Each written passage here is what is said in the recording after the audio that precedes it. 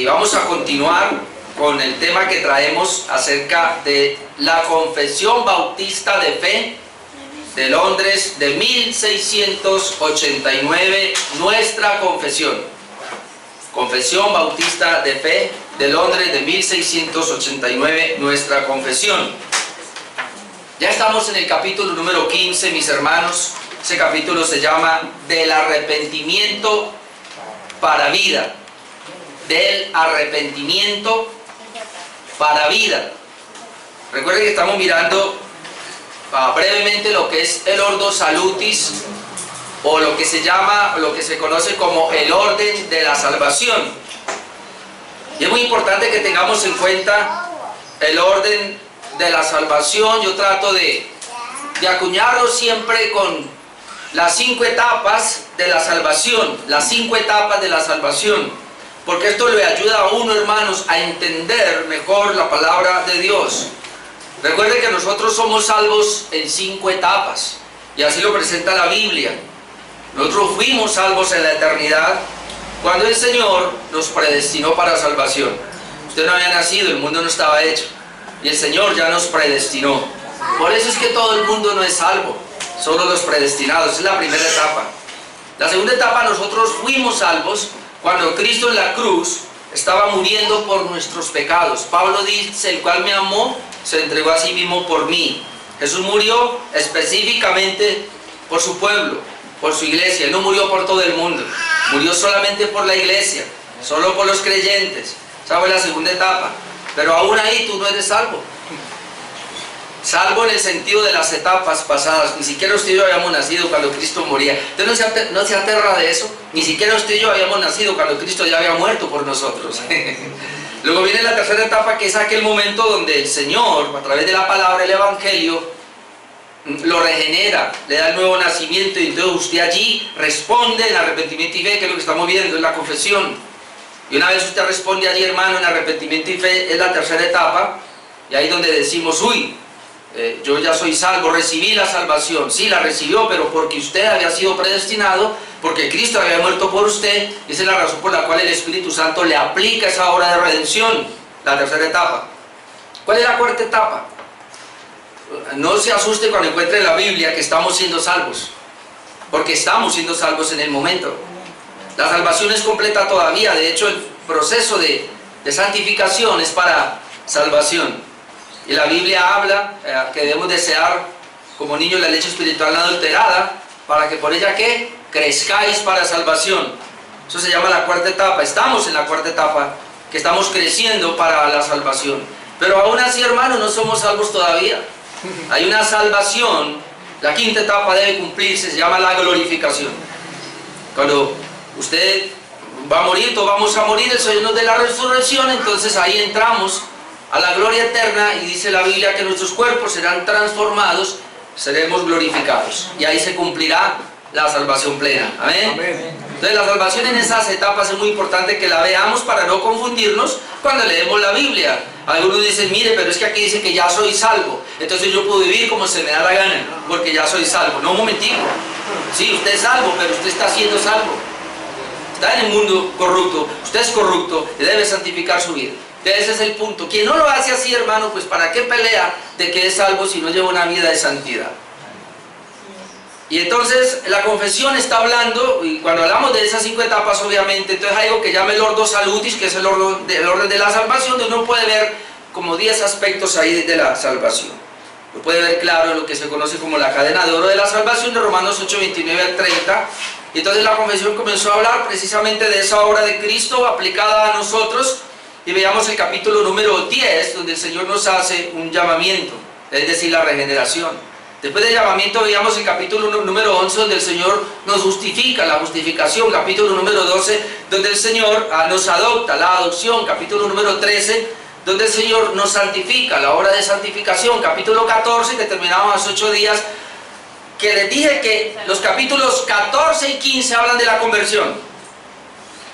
Y la conversión es una moneda con 2 caras. Por un lado está lo que se conoce como la fe, lo veíamos hace capítulo 14, y ahora vamos a comenzar a ver el otro lado de la conversión, que es el arrepentimiento. Algo bien interesante, hermanos, porque algunos dirán: bueno, yo soy salvo por la fe, y la Biblia lo registra de esa manera. Pero también, hermanos, si usted no se ha arrepentido, usted no es salvo. Porque entonces la Biblia, y es interesante porque uno lo puede ver así, cuando la Biblia dice, todo aquel que cree en Cristo es salvo. La persona que cree en Cristo, ella debe arrepentirse. Porque eso es, el creer, lleva el sinónimo ahí del arrepentimiento. Es decir, nadie puede creer si no se ha arrepentido. Pero también la Biblia muchas veces registra, ¿y qué haré para ser salvo? Bueno, arrepentido, dice Pedro, arrepiéntase. Juan el Bautista, arrepiéntase, haga frutos dignos de arrepentimiento. Ahora, si una persona se arrepiente y la orden de la palabra es que nos arrepintamos, entonces eso implica que paralelo a eso, o sinónimo a eso, lleva la fe. Es decir, hermano, no hay una genuina fe sin un genuino arrepentimiento, y no hay un genuino arrepentimiento sin una genuina fe. Los dos van allí. Por eso la confesión los trata ahí. Ese es el tema. Capítulos 14 y 15, como habíamos dicho, son los temas de la conversión. Vimos la primera parte, que es la fe. Hoy vamos a comenzar a ver la segunda parte, que es el arrepentimiento para vida y salvación. Capítulo número 15, el arrepentimiento, del arrepentimiento para vida y salvación. Ahí hay 5 párrafos. En esta mañana vamos a ver los 2 primeros párrafos con la ayuda del Señor. Los 2 primeros párrafos en esta mañana. Esos 2 primeros párrafos les podemos poner un título a los 2, que sería los receptores del arrepentimiento. Los receptores del arrepentimiento. Y vamos a ver 2 receptores ahí. En el capítulo 1 vamos a ver los receptores como los impíos cuando reciben el arrepentimiento. Tú y yo estábamos ahí. Pero también en el capítulo 2, y obviamente el capítulo 4 lo repite de otra manera, se habla acerca de los receptores, pero los creyentes. Ahora, esto es interesante porque de alguna manera, a través de los años, la iglesia, en estos 2000 años que la iglesia lleva, siempre se han levantado, obviamente, personas con un entendimiento errado de las Escrituras. Y un entendimiento errado de las Escrituras es que hay un solo arrepentimiento, y que una vez que la persona se arrepiente ya no necesita volverse a arrepentir. Pareciera que es así, porque hay textos que nos hablan de esa manera. Pero hay otros textos que nos hablan también que el creyente debe arrepentirse. Es muy sencillo, mi hermano, para que no tengamos problema ahí. ¿Quién se debe arrepentir? El que es pecador. ¿Quién se debe arrepentir? El que comete pecado. Ahora, si usted recibió al Señor, si usted ya se arrepintió la primera vez, es decir, arrepentimiento para salvación, para vida, como lo vamos a ver ahora, y de ahí en adelante usted no vuelve a pecar, no necesita arrepentirse. Sencillo, pero si usted peca como creyente, porque los creyentes pecamos, entonces necesitamos arrepentimiento, pero es diferente. Una cosa es el arrepentimiento para vida y salvación, y otra cosa es el arrepentimiento del creyente, que es diferente. Y entonces la convención lo va a manejar, pero déjeme, yo le defino primero arrepentimiento antes de entrar a mirar estos párrafos. No tengo muchos pasajes esta mañana, por eso quiero hacer una pequeña introducción de qué es el arrepentimiento, para que lo tengamos claro. Y yo me voy a basar, hermanos, en una definición de una página reformada que encontré, que me llamó la atención, y por eso la traigo acá. Y el arrepentimiento se define de esta manera: arrepentimiento es cambiar de parecer en lo que respecta al pecado y a Dios. De hecho, la palabra que aparece ahí de arrepentimiento lleva la idea de un cambio de mente, pero también de un cambio de actitud. Cambio de mente, pero también un cambio de actitud. Es decir, las dos cosas van ahí. Por eso dice que es cambiar de parecer, mente, con respecto al pecado y a Dios, lo cual da como resultado el apartarse del pecado y el acercarse a Dios. Ese es el arrepentimiento verdadero. Cuando una persona reconoce que es pecadora, pero ella se aparta de ese pecado, pero ahora se consagra al servicio de Dios. Si una persona dice que es pecadora y reconoce y ya se aparta del pecado, es decir, no vuelve a cometer ese pecado, pero no se consagra al Señor, esa persona no se ha arrepentido, porque arrepentimiento es abandonar el pecado, pero una consagración a Dios. Porque antes de ella estar consagrada al Señor, estaba entregada al pecado. Recuerde que la Biblia registra que el ser humano es esclavo. o bien somos esclavos del pecado y Dios no tiene que ver con nosotros, o nosotros no tenemos que ver con Dios, porque Dios tiene mucho que ver con nosotros todavía. Y cuando nos apartamos del pecado, entonces nos consagramos a Dios y ahora somos esclavos de Dios, no del pecado, pero sí de Dios, para servirle. No vamos a ir ahí, pero Pablo registra claramente que de la misma manera que servimos al pecado, ahora fuimos libres del pecado, ahora tenemos que servir a la justicia y a la santidad. Esto es muy importante, hermano, porque la Biblia no nos deja a nosotros vagos. La Biblia no nos deja a nosotros como desocupados. No, hermano. O el hombre está consagrado totalmente al pecado o está consagrado totalmente a Dios. Pero no puede tener las dos cosas a la vez. Sigue diciendo, arrepentimiento incluye que el pecador asuma la culpa de su condición, aunque ya lo dije, pero dice, el pecador debe asumir la culpa de su condición pecaminosa ante Dios y ponerse al lado de Él en contra de sí mismo. La Biblia lo llama inclusive aborrecerse a sí mismo por esa condición pecaminosa. Sigue diciendo, el penitente no culpa a ningún otro de su condición, sino que se condena a sí mismo bajo la ira eterna de Dios porque se lo merece. Cuando una persona realmente se ha arrepentido, ella no culpa a nadie de su condición pecaminosa. No es que fulano, no es que la condición, no es que el sitio, no es que mis padres. No, hermano, no. Cuando una persona realmente se ha arrepentido, dice, yo pecador culpable y hágale. Sin mirar por qué pecó. Él pecó, yo solo he pecado. Otro punto, el arrepentimiento incluye sentir gran tristeza por el pecado. Se debe llegar a ese. ¿Por qué muchos cristianos dicen que se han arrepentido, pero vuelven a sus condiciones pecaminosas? Porque ellos no sintieron tristeza ni dolor por ese pecado. Solamente cuando alguien siente tristeza y le duele por haber ofendido a Dios, se va a apartar para no regresar a ese lugar. Otro punto, el arrepentimiento lleva a confesar los pecados. Tiene que haber una confesión de los pecados y ojalá detallados. Aún recuerde que el salmista decía, aún Señor, líbrame de los que me son ocultos, porque no alcanzo a comprender cuán pecador soy. Entonces el arrepentimiento lleva a confesar los pecados, no escondiendo nada. El pecador, no escondiendo nada.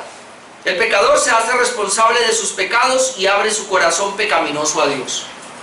Yo soy el único responsable. Otro punto, además, el arrepentimiento lleva a renunciar al pecado. Es una renuncia al pecado. El pecador arrepentido toma la determinación de no volver a él. Por lo tanto, en el arrepentimiento bíblico, no el cristiano por ahí, sino en el arrepentimiento bíblico, es decir, el que enseña la palabra de Dios, el pecador, convicto y convencido, asume su lugar ante Dios como un condenado con justicia. Es decir, yo merezco la justicia de Dios. Estoy condenado. ¿Y qué es lo que yo merezco? El infierno. Ay, si alguien por ahí se atreve a decir, yo merezco el cielo, y se mira sus obras buenas que ha hecho, ese merece 3 veces el infierno. Porque todos, hermanos, nacimos pecadores, condenados, y si el Señor nos aplica la justicia para el infierno. ¿Por qué somos salvos entonces? Porque la justicia que Dios me iba a aplicar a mí, se la aplicó a Jesucristo, y Él murió en mi lugar. Por eso no está mal decir que Jesús en la cruz sufrió mi infierno. Ojalá pensar en eso, hermano. Yo pienso en eso, hermano. Me dan ganas de llorar y de verdad que me aborrezco por pecar. Porque lo que yo merezco es el infierno y mi pecado es tan grave y tan cruel delante de Dios que el infierno eterno no alcanza para pagar la deuda. Pues es la razón por la cual Dios hizo el infierno y manda al pecador allá, porque toda la eternidad no alcanza a pagar la ofensa que cometió ante su Dios. Pero cuando yo miro que yo puedo estar al lado de Dios porque Cristo en la cruz pagó mi deuda, es decir, pagó mi infierno, entonces es claro y correcto decir que Cristo en la cruz sufrió mi infierno. Y cuando yo comienzo a pensar en todo eso, digo, Dios mío, ¿cómo fue tu sufrimiento entonces? ¿Se da cuenta por qué Él soportó? Seguimos aquí descifrando un poquito el arrepentimiento, dice que cuando una persona se ha arrepentido, aborrece su pecado, anhela ser libre de él, siente gran tristeza por su pecado, toma la determinación de no volver a él y demuestra que su arrepentimiento es real, andando en la santa justicia y en auténtica santidad. ¿Cómo demuestra que su arrepentimiento es real? Cuando él comienza a andar en la justicia de Dios y en la santidad de Dios. Ahí demuestra que su arrepentimiento es verdadero. Y eso lo dice Mateo 3:8, haced pues frutos dignos de arrepentimiento, que es la evidencia de que ha ocurrido un cambio radical en nuestras vidas. Con esa definición entonces podemos entrar ahora a mirar los párrafos de nuestra confesión. Párrafo número 1, lo podríamos llamar la vida anterior y el momento del arrepentimiento del impío. Recuerde que los párrafos 1 y 2 son los receptores del arrepentimiento. Y el párrafo número 1 en sí le podemos poner el título, la vida anterior y el momento del arrepentimiento del impío. Es decir, ¿cuándo fue que usted y yo nos arrepentimos? Pero también la confesión nos habla de cómo éramos antes. Vamos con el párrafo número 1 de nuestra confesión, que dice: a aquellos de los escogidos que se convierten cuando ya son adultos, habiendo vivido por algún tiempo en el estado natural, y habiendo servido en el mismo a diversas concupiscencias y placeres, Dios, al llamarlos eficazmente, les da arrepentimiento para vida. Ahora, yo escuché esta definición y yo veo que algunos reformadores no se pueden poner de acuerdo realmente. Pero yo puedo entender lo siguiente: a aquellos de los escogidos, porque trata, el arrepentimiento, hermano, se da en los escogidos. ¿Cuál es la diferencia entre Pedro y Judas si ambos cometieron un pecado y grave delante de Dios? Que uno era escogido y el otro no. Esa fue la diferencia. Porque ambos se arrepintieron en nuestros términos. Es decir, ambos lloraron, hasta sintieron dolor y todo. Pero ¿cuál fue la diferencia? Que aunque Pedro sufrió y lloró por su pecado, él corrió a buscar solución en Cristo. Es decir, él se pudo arrepentir. Judas, aunque sufrió y lloró por su pecado, él no encontró la manera de arrepentirse, por eso él fue y se ahorcó. ¿Ve la diferencia? Ahora, ¿por qué Pedro se arrepintió? ¿Era más astuto que Judas? No, Dios le otorgó a él la capacidad para arrepentirse, y al otro no. Por eso dice la confesión: aquellos de los escogidos que se convierten, porque el escogido se convierte, si no, no es escogido. Aquellos de los escogidos, y el escogido debe convertirse, obviamente. Y ahí habla conversión, obviamente, como ya le dije, está hablando de fe y arrepentimiento. Aquellos que se convierten, de los escogidos que se convierten, cuando ya son adultos, ahí es donde entramos en un problema. ¿Por qué la confesión habla de esa manera? La verdad yo no lo sé. He escuchado muchos conceptos, pero no me cuadran. Yo pudiera más bien pensar que dice que cuando ellos son adultos, es porque usted no puede ver a un niño arrepintiéndose. El arrepentimiento es genuino cuando una persona reconoce primero que es pecado y se duele por el pecado y se puede arrepentir, y eso entonces son los adultos. Pudiera ser de esa manera, que uno pudiera verlo, ¿verdad? No sé, y no me quiero meter en problemas, si es que aquí está atacando también un poquitico la confesión de Westminster, de los presbiterianos que son paidobautistas, es decir, ellos bautizan niños, y yo no sé si es que está pensando que también se pueden arrepentir. Ahora, yo con eso no me voy a cerrar y no voy a decir que el arrepentimiento eso genuino es solamente para adultos, hermano, porque usted y yo no sabemos. Porque si Dios es el que da la capacidad para arrepentirse y lo hace a un adulto, yo estoy seguro que lo pudiera hacer también a un niño. Y me va a decir, ¿pero acaso un niño ha pecado? Bueno, nació pecador. Y hermano, por eso uno no puede ser dogmático en muchas cosas.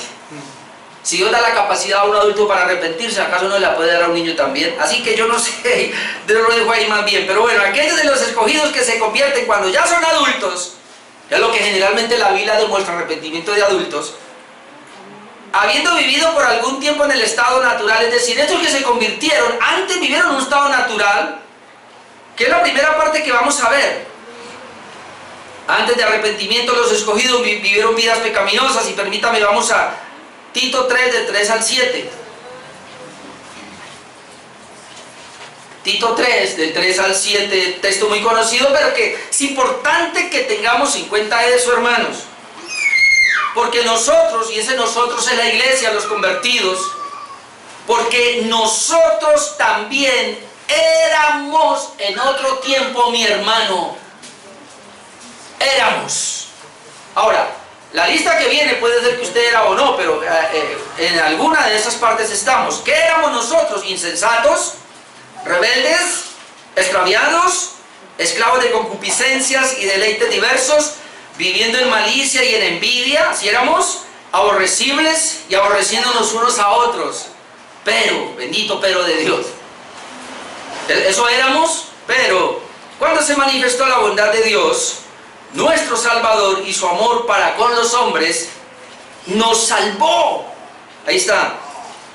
No por obra de justicia que nosotros hubiéramos hecho, sino por su misericordia, por el lavamiento de la regeneración y por la renovación en el Espíritu Santo, el cual derramó en nosotros abundantemente por Jesucristo nuestro Salvador, para que, justificados por su gracia, ¿cómo es el perdón? Gracia. Justificados por su gracia, viniésemos a ser herederos conforme a la esperanza de la vida eterna. Entonces nosotros éramos así, hermanos, pero cambió la situación. Tú y yo éramos más y aún peor que los pecadores que usted conoce, pero el Señor nos cambió. Amén. Ya no somos así. Otro texto que es más difícil, más bravo todavía. 1 Corintios 6, 9 al 11. Yo lo dejo que vaya ya. 1 Corintios 6, 9 al 11. ¿No sabéis que los injustos, ahora ¿quién es un injusto ahí? Un pecador, no heredarán el reino de Dios?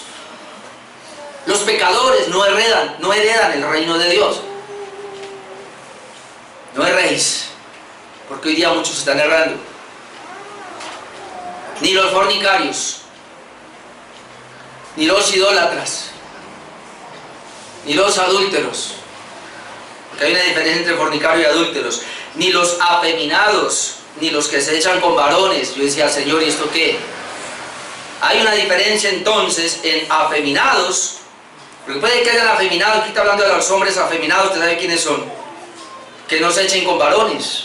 Pero luego dice, ni los que se echan con varones, porque pueden haber varones que no son afeminados, pero se echan con varones.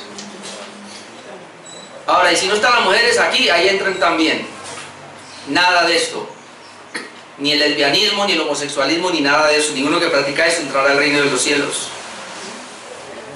Sigue diciendo, ni los ladrones, ni los avaros, ni los borrachos, ni los maldicientes, ni los estafadores heredarán el reino de Dios. Ninguno de ellos.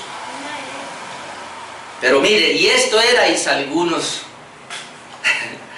Es decir, en la iglesia de Corinto habían personas que habían sido así. Quizás aquí hayan personas así que claro, yo era como muchas de esas cosas que están ahí, no todas, pero con muchas me identifico, yo era así. Pero entonces dice, y esto erais algunos, está hablando de nuestra manera pasada de vivir, mas ya habéis sido lavados, ¿ven? Ya habéis sido santificados, ya habéis sido justificados en el nombre del Señor Jesús y por el Espíritu de nuestro Dios.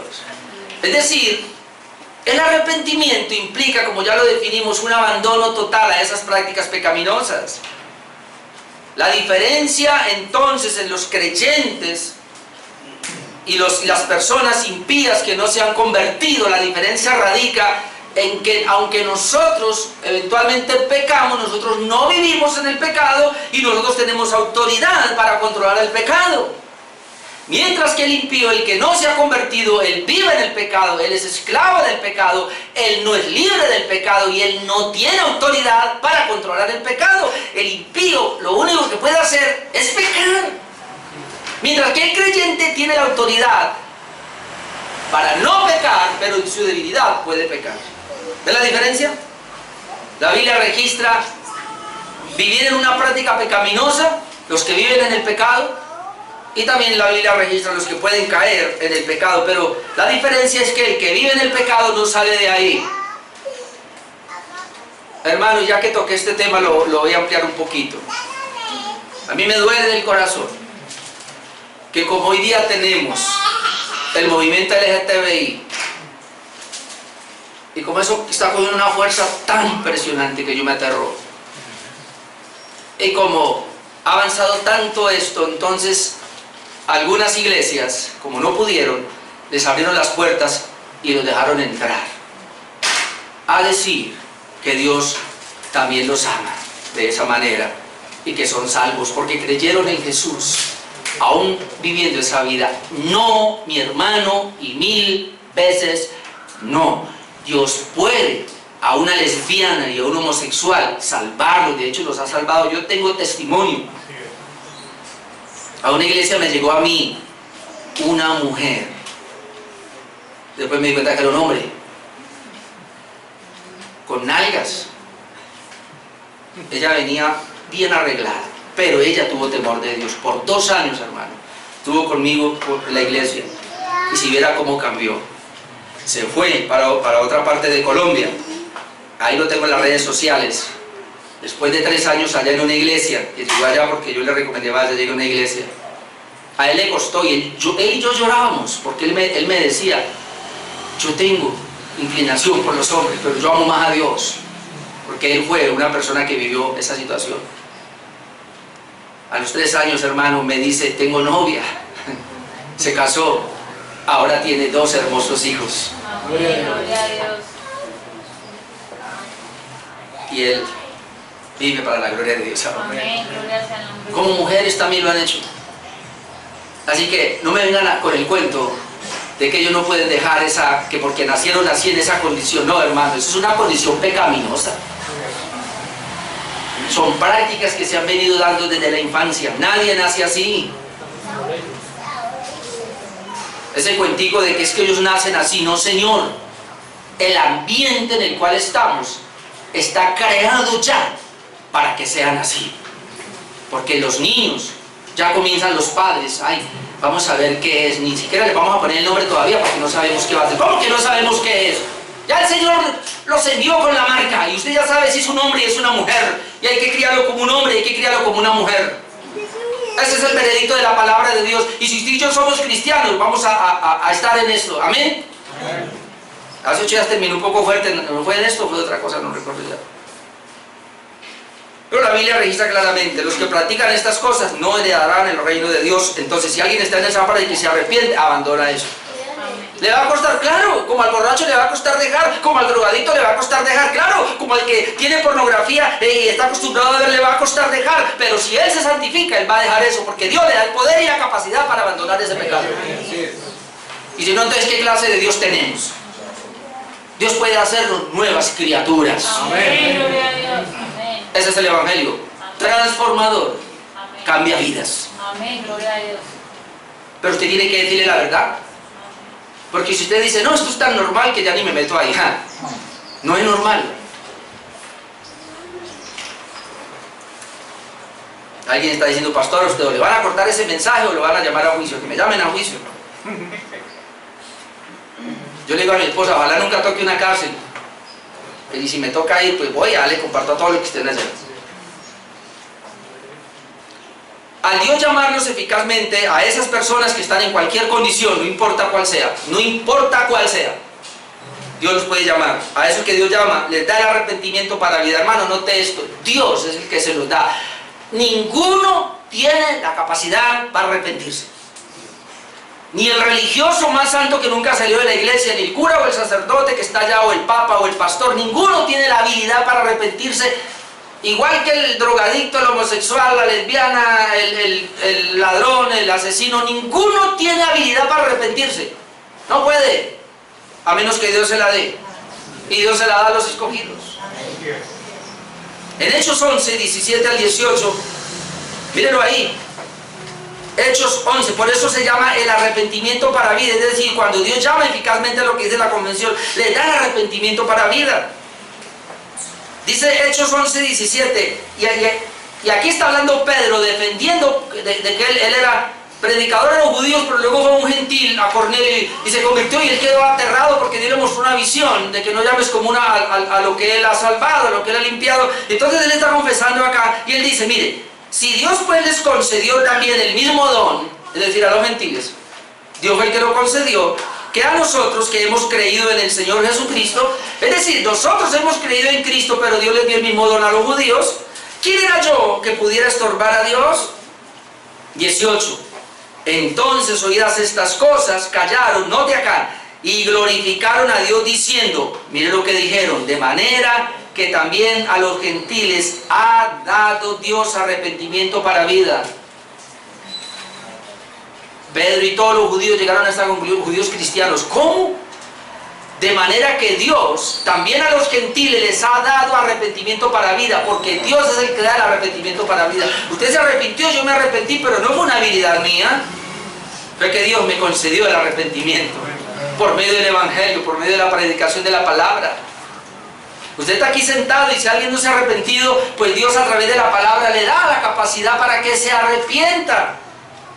¿Y cómo sabemos que nos dio la capacidad, hermano? Lo primero es que usted comience y se da cuenta de su pecado. Usted va a comenzar a decir, he ofendido a Dios, soy pecador. Y usted va a decir, perdóname, Señor. Y usted va a salir de ese pecado. Esa es la habilidad.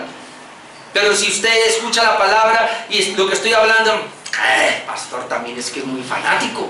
Eso no es así. Entonces usted está rebelde y no tiene la capacidad. No se puede arrepentir. Solo se puede arrepentir quien reconoce que es pecador, quien reconoce que ha fallado y que está mal delante de Dios. Mira otro pasaje, 2 de Timoteo 2, 24 al 26. Hay muchos, pero yo solamente me limito ahí. 2 de Timoteo 2, 24.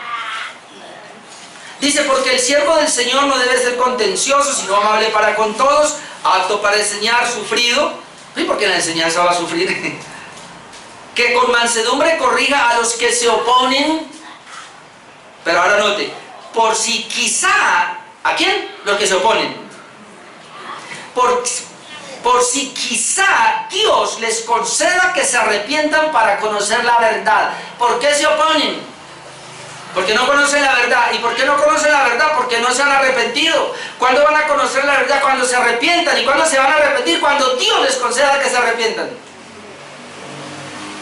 Hermano, esto no es una habilidad de nosotros, esto no es una obra humana. Yo lo único que puedo hacer es exponer la Escritura. Usted y yo lo único que podemos hacer es abrir la Biblia, exponerla, explicarla en lo que podamos, pero Dios se encarga de dar el arrepentimiento a esa persona para que tenga vida. Hermano, si Dios no se la da, esa persona no se va a arrepentir. No va a poder. Pero hay muchos que han llorado y se han arrepentido. No, es que hay una diferencia entre arrepentimiento y remordimiento. Es muy parecido. El remordimiento es muy parecido al arrepentimiento, con la única salvedad de que el remordimiento vuelve a que la persona haga lo mismo cuantas veces es, no se sale de ahí, mientras que el arrepentimiento lleva a la persona a una vida diferente, un cambio de vida. El arrepentimiento verdadero es para cambio. El remordimiento es aquel borrachito, le dice a la esposa, esta es la última vez que tomo, nunca más volveré a tomar. A los 8 días está igual. Por eso dice, no le crea a un borracho. Ahora sí, ya no más. Por eso, hermano, cuando alguien termino yo de predicar y se acerca a mí y me dice, pastor, me habló Dios y llora, ahora sí, ya no más, pastor, aquí me va a tener fiel, aquí voy a estar. Yo le hago, pues por dentro, ¿no? Porque yo sé, si lo está diciendo en su emoción, lo veré en un mes, 2 meses, igualito o peor. Pero si es un arrepentimiento genuino y verdadero, Él va a cambiar. Ahora viene la pregunta, ¿cuál es su arrepentimiento? ¿Por qué repite lo mismo? Porque usted no puede salir de ahí, a menos que Dios se lo conceda. Ahora, la Biblia nos va a presentar ejemplos también de arrepentimientos, como alguien llamaba, dramáticos. ¿Por qué? Creo que es Sam Waldron el que habla de esos arrepentimientos dramáticos. Y usted lo ha notado, hay gente que sabe cuándo se arrepintió y por qué lloraron. Otros ni siquiera saben cuándo se arrepintieron porque no lloraron. Pero ¿cuál es la diferencia aquí, hermano? Que muchas veces Dios tiene que llevar a una persona a un drama, algo dramático, forzado por Él precisamente para que se arrepientan. En la Biblia tenemos varios ejemplos. Acabamos de leer uno con el hermano Jackson, que es el arrepentimiento de Manasés. ¡Qué rey tan malo, tan perverso! Y dice que Dios le permitió que vinieran, creo que eran los sirios, lo cogieron a él. con grillos, lo apresaron. Bueno, ¿qué fue lo que no hicieron? Lo llevaron cautivo. ¿Y sabe qué hizo el Señor? Ah, no, Él se arrepiente. Es decir, Dios lo llevó hasta el extremo para que se arrepintiera. Y luego Dios lo regresa y viene y cambia todo. ¿No lo vio en la lectura? Sí, gracias. Otro que tenemos es el apóstol Pablo. Hechos 9, usted puede ir a ver allá, persiguiendo a la iglesia. Lo voy a ir a matar, los estoy buscando para matarlos. Se le aparece el Señor, cae al suelo. Señor, ¿quién eres tú? Soy Jesús, ¿qué quieres que haga, Señor? Se arrepintió. Un cambio de vida. Otro arrepentimiento es el carcelero de Filipo. ¿Se acuerda que hasta se iba a matar y Pablo le dice que era el Señor Jesucristo? Y entonces él cambia y toda su familia. Es decir, Dios permite este tipo de arrepentimiento. A veces Dios coge a las personas y los lleva a un extremo. ¿Dónde está Hechos? Eso está en 2 de Crónicas 3:10, para el que Hechos 9 con Pablo y Hechos 16 con el carcelero de Filipo. Dejemos ahí porque vamos al párrafo número 2. Párrafos 1 y 2 estamos hablando de los receptores del arrepentimiento. Vimos la primera parte que aquí los receptores del arrepentimiento son los que estando muertos en pecado reciben arrepentimiento para vida, los impíos. Pero en el párrafo 2 nos habla del creyente y su arrepentimiento ahora. El creyente y su arrepentimiento. Vamos a leer el párrafo 2.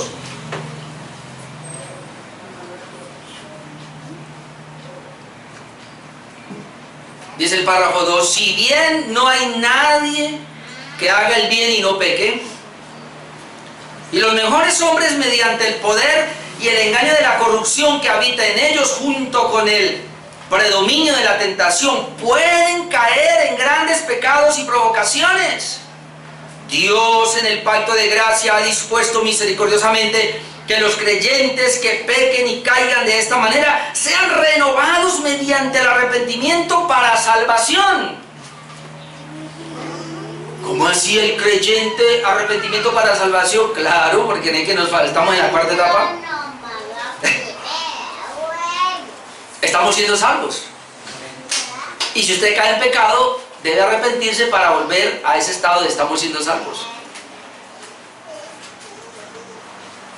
Aclaro, no es que un creyente que es salvo y cae en pecado, él se va a condenar. Dios le da la gracia para que se arrepienta, pero una persona salva nunca se condena, ya es salvo. Lo primero que vemos aquí, hermanos, entonces, es que el arrepentimiento es necesario porque todos nacimos pecadores. ¿Y cuándo se va a cambiar esa condición? Solo cuando seamos glorificados, hermano. Por favor, aquí hay que entender la justificación. Porque yo tuve muchos problemas cuando no entendía la justificación. Y no sé si es una herencia que viene de la Iglesia Católica. Porque el problema es que la Iglesia Católica cree que Dios hace justo a la persona cuando lo justifica. Y nosotros dijimos que la justificación es una declaración legal. Dios nos declara justos, no nos hace justos. Cuando usted es regenerado y cuando yo soy justificado, Dios me da una declaración de justicia. Esa declaración tiene que ver por la obra doble de Cristo. Cristo muere en la cruz pagando mis pecados y perdona todos mis pecados pasados, presentes y futuros. Es una declaración de justicia, pero también el Señor me da esa declaración porque Él me imputa la justicia de Cristo. Es decir, Cristo obedeció perfectamente la ley, entonces Él me imputa esa obediencia a mí. Yo en la justificación aparezco delante de Dios, mis pecados cancelados, mi deuda paga, y aparezco con una justicia que no es mía, es la justicia de Cristo sobre mí. Esa es la garantía de mi salvación. Declaración legal. Pero en la vida práctica yo sigo siendo el mismo corrupto. Y hay un proceso de santificación donde el Señor va a comenzar a renovar sus pensamientos, sus emociones, su voluntad, para que cada vez sea más como Cristo. ¿Ve?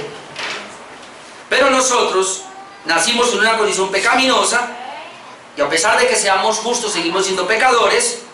Por lo menos Proverbios 29 nos dice: ¿quién podrá decir yo he limpiado mi corazón, limpio estoy de mi pecado? ¿Quién? Dígame. ¿Quién podrá decir yo he limpiado mi corazón, limpio estoy de mi pecado? Recuerden que estas preguntas tienen su respuesta. Nadie. O Eclesiastés 7:20, que es el más pronunciado, más conocido. Ciertamente, y la Confesión lo dice, ciertamente no hay hombre justo en la tierra que haga el bien y nunca peque. O pudiéramos decirlo, no hay un hombre en la tierra, escúcheme, que sea regenerado, que sea creyente y que no peque. Por eso la confesión dice algo y a muchos como que nos pone a patinar. Dice, si bien no hay quien haga el bien y no peque, note, y los mejores hombres. ¿Cómo así? Hay diferencia. Los mejores hombres, aquí está hablando de aquellos hombres que han tenido un cargo y que de alguna manera las personas los han tenido como grandes. Usted que vaya a Hebreos 11, usted ve la galería de esos grandes hombres. ¿Quién puede igualarse a Abraham, a David, a José? Estos grandes hombres de la Biblia. Hoy día, o no idolatramos hombres para nada, pero hoy decimos grandes hombres como Martín Lutero, como Juan Calvino. Hoy día, Pastor MacArthur, sí, hermano. Él no idolatra a Pastor MacArthur, le gusta, ¿sí o no? Es mi expositor favorito. Y todos estos reformadores que usted conoce, para no mencionar. Y los mejores hombres, mediante el poder y el engaño de la corrupción que habita en ellos. ¿Ah? El poder y el engaño de la corrupción que habita en ellos, junto con el predominio de la tentación, hermano, pueden caer en grandes, podríamos decir, y groseros, en grandes pecados y provocaciones. ¿O no? Aún los creyentes entonces pueden caer en los peores pecados. Le voy a mostrar solamente algunos. Adán cayó en pecado y estaba en una posición de santidad. Noé, no había otro, dice que la gracia le llegó al varón justo. No, ¿qué pasó? Se embriagó, tan pronto baja del arca. Abraham, hermano, ¿cuántas veces mintió Abraham, el padre de la fe? Moisés, hermano, de rabia le golpeó la roca cuando el Señor le dijo que le hablara. David, el que era el corazón conforme al Señor. Hermano, además de tomar a una mujer que no era, adulterar con ella, dejarle en embarazo, mató a su marido. Ay, padre. Pedro, hermano, negó al Señor. Ahora, por eso la confesión dice, grandes hombres. Y estos grandes hombres en esa corrupción cayeron. ¿Quién es usted y quién soy yo, mi amado hermano? Hermano, no estamos justificando el pecado y la caída de ninguno. Lo que estamos llegando es una realidad que la Escritura nos está presentando, que hay pecado todavía en nosotros, hay corrupción en nosotros y nos puede llevar si no nos ponemos las pilas. Pero como el punto es el arrepentimiento, ¿y qué hacer cuando esto pasa? Sí, porque muchas personas se van a condenar. Ya se imaginan. Bueno, y el hombre también lo condena a uno. Que mi esposa a veces me dice por ahí, y yo entiendo el corazón de ella, pero me mira y me dice, con todo el conocimiento que tienes de la reforma, cuidadito, mijito. Claro, sí, somos mayor conocimiento, mayor responsabilidad, hermano, pero yo a veces le digo, sí, pero el problema es que adentro todavía hay una cosa que no se puede controlar. Hermano, para no caer, déjeme decirle que hay que reconocer que somos pecadores y tenemos la debilidad encima. Amén. Y que soy propenso a pecar. ¿Sabe? Yo viví cristianismo antes y yo decía, a mí no me pasa nada, y me creía tan bueno, tan santo, y eso me llevó a pecar. Pero ahora que creo que soy pecador y digo, Señor, en cualquier momento puedo caer, por eso dame la gracia y ayúdame, el Señor me guarda y me sostiene. Pero puede pecar. Miren lo que le pasó a Job, Job 42, 1 al 6, o dígame que era el hombre único varón, si no pecó. Va a leer rápidamente, Job 42, 1 al 6, ¿qué dice? Respondió Job a Jehová y dijo, yo conozco que todo lo puedes y que no hay pensamiento que se esconda de ti. ¿Quién es el que oscurece el consejo sin entendimiento? Por tanto, yo hablaba lo que no entendía, cosas demasiado maravillosas para mí que no comprendía. Oye, te ruego y hablaré. Te preguntaré y tú me enseñarás. Note, le está diciendo a Dios, de oídas te había oído, note, mas ahora mis ojos te ven. Que esta es una visión de Dios. Mas ahora mis ojos te ven. Por tanto, me aborrezco y me arrepiento en polvo y ceniza. ¿Usted ha tenido un encuentro con Dios? Déjeme decirle que si Dios se le apareció en la oración o en la palabra en algún momento, usted se dio cuenta que Dios lo visitó porque usted vio su sucio y podrido corazón. Porque lo único que usted pudo ver allí fue la santidad de Dios, como cantábamos ahora. Hermano, atérrese, pero todos estos hombres que se arrepintieron verdaderamente lo hicieron porque tuvieron un conocimiento de la santidad y la grandeza de Dios y pudieron verse a sí mismos. ¿Qué cosa hoy día estos apóstatas que hay por ahí de pastores dicen que ven a Dios, pero no se pueden ver a sí mismos? Justifica su pecado. Como ese que mandó, ¿quién fue? Yo no sé. Que llegue y dice, un supuesto apóstol, que hasta me dio risa, que le dijo a la congregación donde él estaba, yo voy a orar por ustedes, pero sin semilla no puedo orar. Es decir, todos tienen que traer, saquen el billetico, tráiganlo y pónganlo acá, y cuando ya vea una semilla, ahora sí yo me paro ahí y oro. ¡Qué corazón tan perverso! Si él hubiera visto a Dios, no hiciera eso. No engañaría. Pero todos estos pastores están tan engañados, por eso abusan del pueblo. Pero una persona que realmente ha visto a Dios en la Escritura o en oración, ha tenido un encuentro con Dios, esta persona, hermano, se ha visto primero su corazón, no el corazón de los demás. Porque ese es el problema, mi hermano. Ojo, otra vez. Yo estoy predicando esta mañana aquí y yo estoy viendo cómo Dios, hermano, está hablando a mi corazón. Pero si alguno está aquí y dice, oye, fulanito de tal hubiera venido. No, hermano, es para usted. Si Dios está en esta mañana en este lugar, Dios le está hablando a su propio corazón y lo está llevando a que tome decisiones usted y yo. No los demás. Le muestro otro. Salmo 51, del 1 al 7, ahí está David, después de que viene y es confrontado. Ten piedad de mí, oh Dios, conforme a tu misericordia, conforme a la multitud de tus piedades, apunta la piedad de Dios, borra mis rebeliones, lávame más y más de mi maldad, límpiame de mi pecado. Note, porque yo reconozco mis rebeliones y mi pecado está siempre delante de mí. ¿Qué nos creemos nosotros para pretender que no somos pecadores y que el pecado no está delante de nosotros? Contra ti solo he pecado y he hecho lo malo delante de tus ojos, para que sea reconocido justo en tu palabra, tenido por puro en tu juicio. He aquí en maldad he sido formado y en pecado me concibió mi madre. Él reconoce que él es pecador porque nació siendo pecador. He aquí tú amas la verdad en lo íntimo y en lo secreto, me has hecho comprender sabiduría. Y luego dice, Señor, purifícame con hisopo y seré limpio, lávame más y más de mi maldad y seré más blanco que la nieve.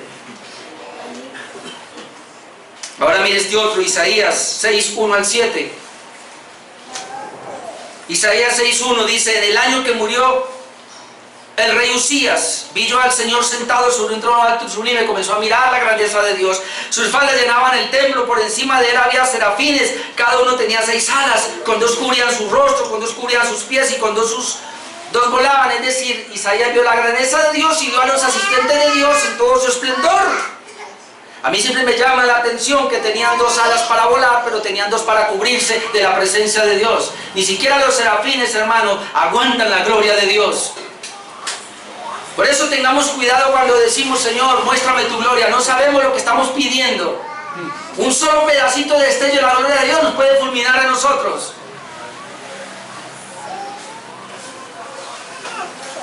Dice que, y el uno al otro daba voces diciendo, ¿qué decían ellos? Santo, santo, santo. Es decir, que veían la santidad de Dios. Y Isaías pudo ver, ellos viendo la santidad de Dios, sigue diciendo, Jehová de los ejércitos, toda la tierra está llena de su gloria, versículo 4. Y los quiciales de las puertas se estremecieron con la voz del que clamaba, la casa se llenó de humo. Entonces dije yo, note, cuando vi la gloria de Dios, cuando vi la santidad de Dios, cuando vi la grandeza de Dios, Ahí el profeta dice, entonces dije yo, ay de mí que soy muerto.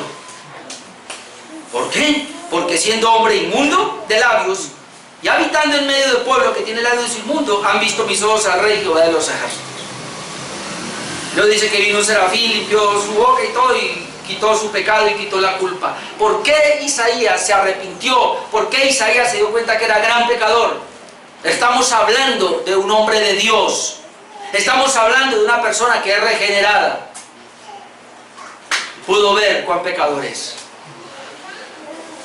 Hermano, el Señor en la cruz perdonó nuestros pecados pasados, presentes y futuros, y quitó el poder del pecado sobre nuestra vida, pero no quitó el pecado de nuestra vida. Quitó el poder.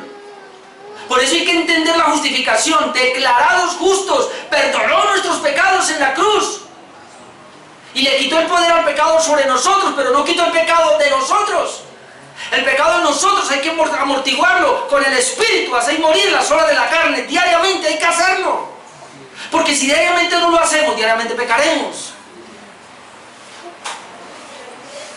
Así que cuando un hermano cae en cierto pecado o alguna cosa, mínimo está bajo de oración, mínimo está bajo de todo espiritualmente, ¿o no?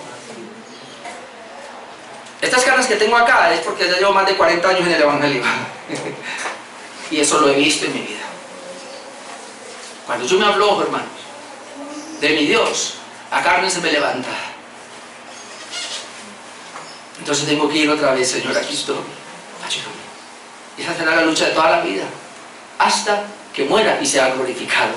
Cuando llegue a la gloria, hermano, eso se quitará, pero ahora no, va a estar ahí. Así que la batalla del creyente es esa, no es echar fuera demonios, es negar con tu pecado cada día.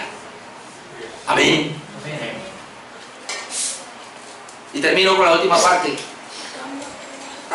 de este párrafo. Los creyentes que han caído en pecado pueden arrepentirse. Esa es la buena noticia. Dice la confesión ahí, Dios en el pacto de gracia ha dispuesto misericordiosamente que los creyentes que pequen y caigan de esta manera sean renovados mediante el arrepentimiento para salvación. Esa es la buena nueva, que no importa, hermano. Bueno, sí importa porque trae consecuencias, el pecado trae consecuencias, pero lo que quiero decir es que no importa la gravedad de ese pecado, y si usted se arrepiente verdaderamente, Dios lo renueva y lo lleva al estado donde estaba, lo restaura. Tres versículos rápido ahí para terminar. Proverbios 28:13. El que encubre sus pecados no prosperará, mas el que los confiesa y se aparta. ¿Qué es arrepentimiento? Confesión y apartamiento. El que los confiesa y se aparta alcanzará misericordia. Salmo 32:5. Mi pecado te declaré, no encubrí mi iniquidad, confesaré mis transgresiones, dije a Jehová, y tú perdonaste la maldad de mi pecado. ¿Cuándo? Cuando confesó su pecado. Isaías 1:16-18. Isaías 1 es bravo porque está hablando de la maldad del hombre tan corrupta, depravado, le dice, pero el 16 dice, lavaos y limpiaos, quitad la iniquidad de vuestras obras de delante de mis ojos, dejad de hacer lo malo, aprended a hacer el bien, buscad el juicio, restituid al agraviado, haced justicia al huérfano, amparad a la viuda. Y luego dice, venid luego, dice Jehová, y estemos a cuenta. Hermano, tu pecado y mi pecado, adquirimos una cuenta con Dios y Él nos va a llamar a cuenta.